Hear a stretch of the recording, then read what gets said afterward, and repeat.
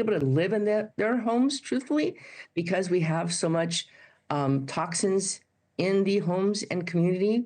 These homes were built in the late 20s and early 30s, and you had building materials such as asbestos and lead and mercury. And so making sure that those homes are remediated before people really go home to live in them. And you mentioned a lot of people can't go back and live in those homes. Rent and mortgages were high before the fires. For those who have lost their homes or have homes that are no longer safe to live in, what options do they have?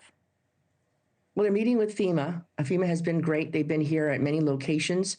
You have people who have paid off their homes and don't have a mortgage, and all of a sudden now are needing to find themselves in an Airbnb or long-term lease, and rents in the area range from $3,500 up to $5,000–6,000 a month. So it really is a sticker shock for many people in the community. And there's so many reports of price gouging. Can you talk to me about your work with city officials to ensure affordable housing in Altadena?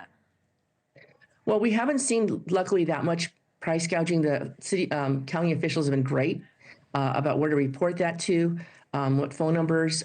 It's just that is the market price. Los Angeles is not an inexpensive place to reside. And when we spoke last week, clean drinking water was a primary concern for you and the residents of your town. Do you have any updates on what's being done to get water to the community, drinkable water?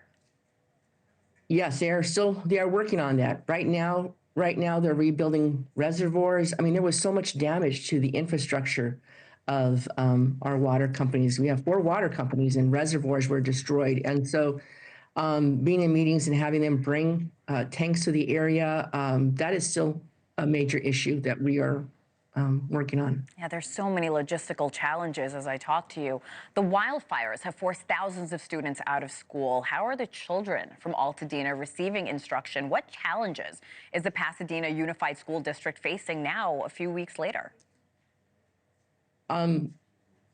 Having children go to different schools. It wasn't just, we had 2 public schools that were affected, and then there are multiple private schools and charter schools that were destroyed. And so children going back to Zoom, which wasn't a great solution for many children during COVID.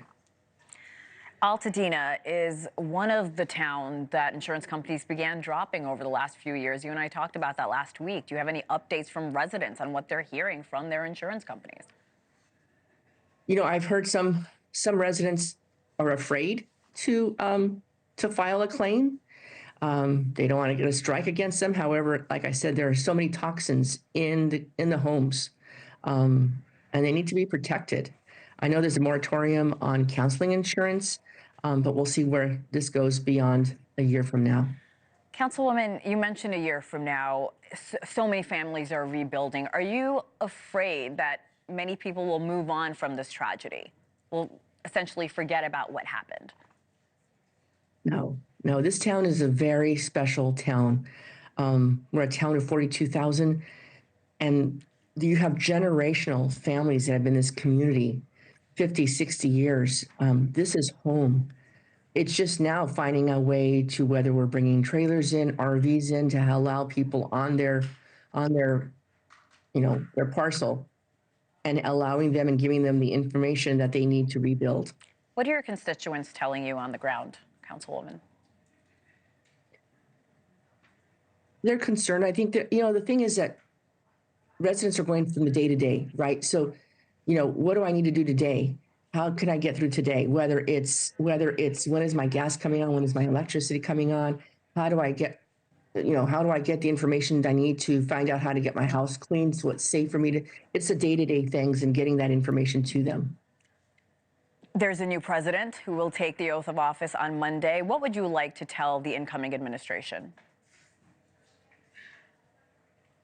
To be consistent and support the community of Altadena. We have on record as the worst fire in LA County, and we need support. Our residents need support. There's a lot of history there, and we need to make sure that our constituents are covered.